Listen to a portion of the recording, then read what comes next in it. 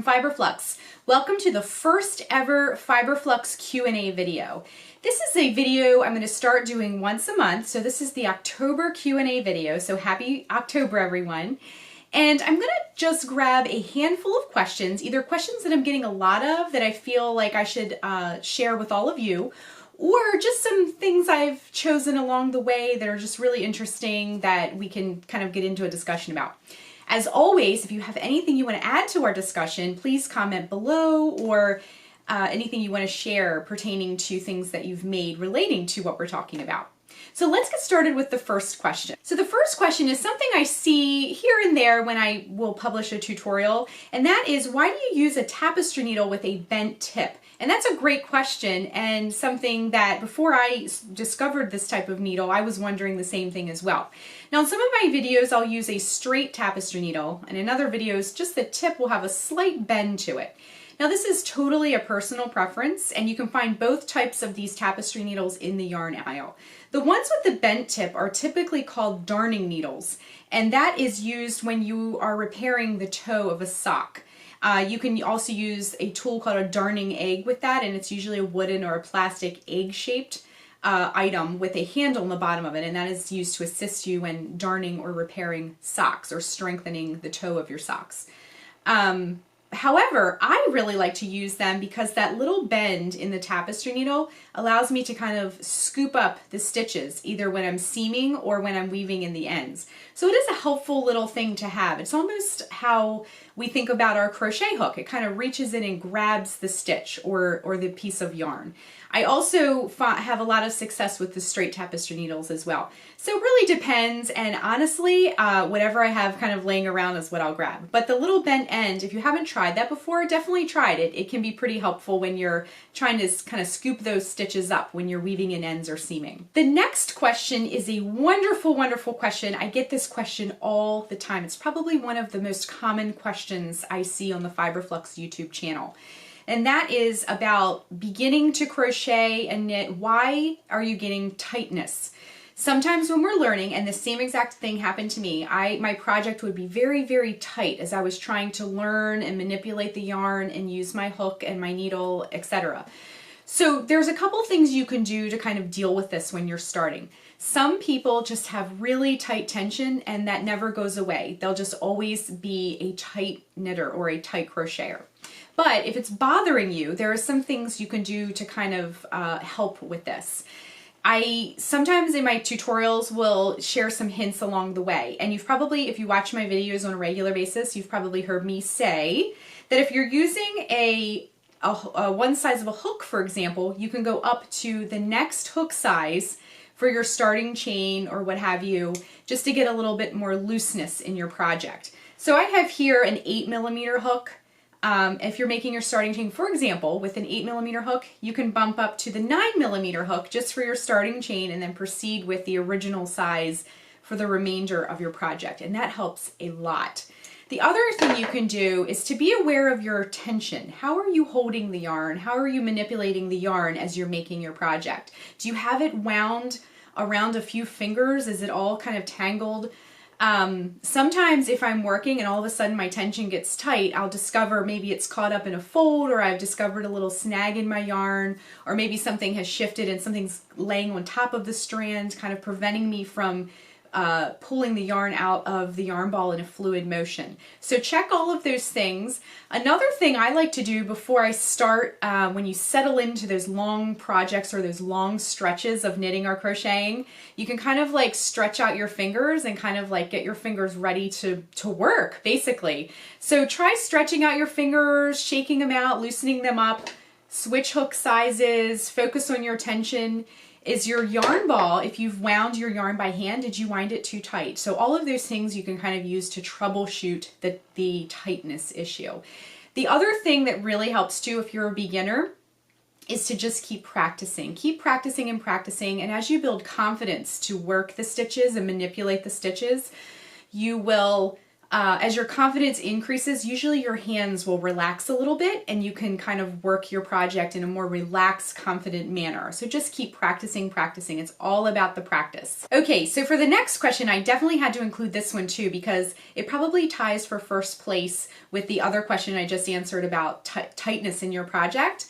This question has to do with uneven edges or your project kind of flaring out or tapering in unintentionally. Like let's say you're crocheting a scarf and you need a rectangular shape. Well, sometimes if you unintentionally add or subtract a stitch, you can get kind of non-rectangular shapes, if you will.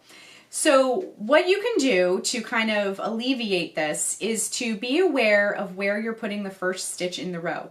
So typically with single crochet rows, if you're working rows of single crochet, you're going to put this is not every single time. Always follow the pattern because there's always exceptions to the rule.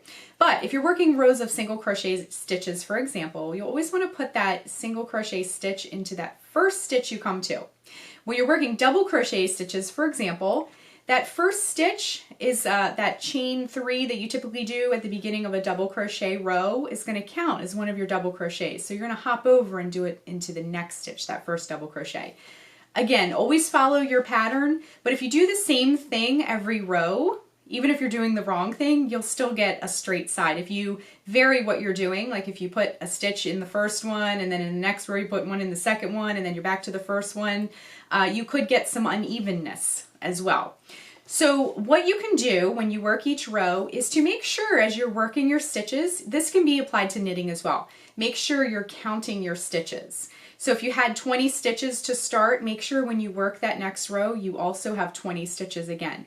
And then the next row, make sure you have 20 stitches. Now there's some more intricate kind of lacy knitting patterns where that may change. But for the most part, when you're doing more of the straightforward, easier projects, the same stitches in each row will be very important. So count as you go along.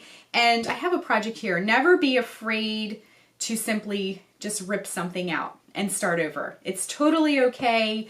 With crochet, you can just rip it out and kind of pick up where you left off. Knitting, you kind of have to reverse engineer and undo things a little bit more, but it's still possible. There are things with knitting you can put in like a stitch holder or something called a lifeline where you can kind of work back to that point. So those are things we can talk about in another video if you are interested in those topics.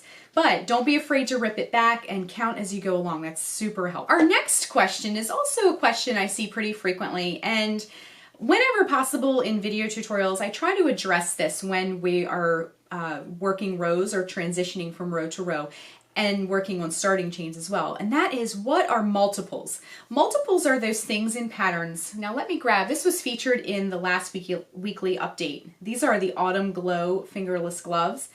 But why I grab these is because they're very textured and they use a stitch multiple in that pattern. Now as you can see, if you can see this, there's like little stitchy blocks. I've created stitches to kind of make this like block-like pattern, and that was made with multiples. So sometimes in a pattern you might see in parentheses multiple of 3 plus 2. So that means if you want to repeat this stitch sequence, for example, that means to do 3 plus 3 plus 3 plus 3 plus 3 and so forth until you have your piece as large or as small as you would like it to be.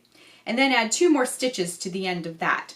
So for a multiple of 3 plus 2, you might have 3 plus 3 plus 3 plus 3 plus 3 plus 2. So it's kind of mathematical, but not too bad. So those of you who aren't into math, you know, it's not too terrible. But you can apply that for any pattern. So you could do, if you see a multiple of 10 plus 5, for example, you know that that means 10 plus 10 plus 10 plus 10 plus 10, and so forth, as many 10s as you want to add to that, plus 5 more stitches to get the correct sequence of stitches that you'll need to work your stitch pattern and ultimately complete your project without it going awry. The last thing that I wanted to share, and I addressed this in my last weekly update, I wanted to talk to you a little bit about the Maker Gallery. I've had a lot of people asking about that. Now, some of you have been asking where it is, and we were supposed to have it a while back, and we didn't have it. Now, and a lot of you have also been asking for me to kind of hold off on the Maker Gallery a little bit. So now that we're back into the fall schedule and we're full steam ahead, I'm going to be sharing it very soon in just a few days.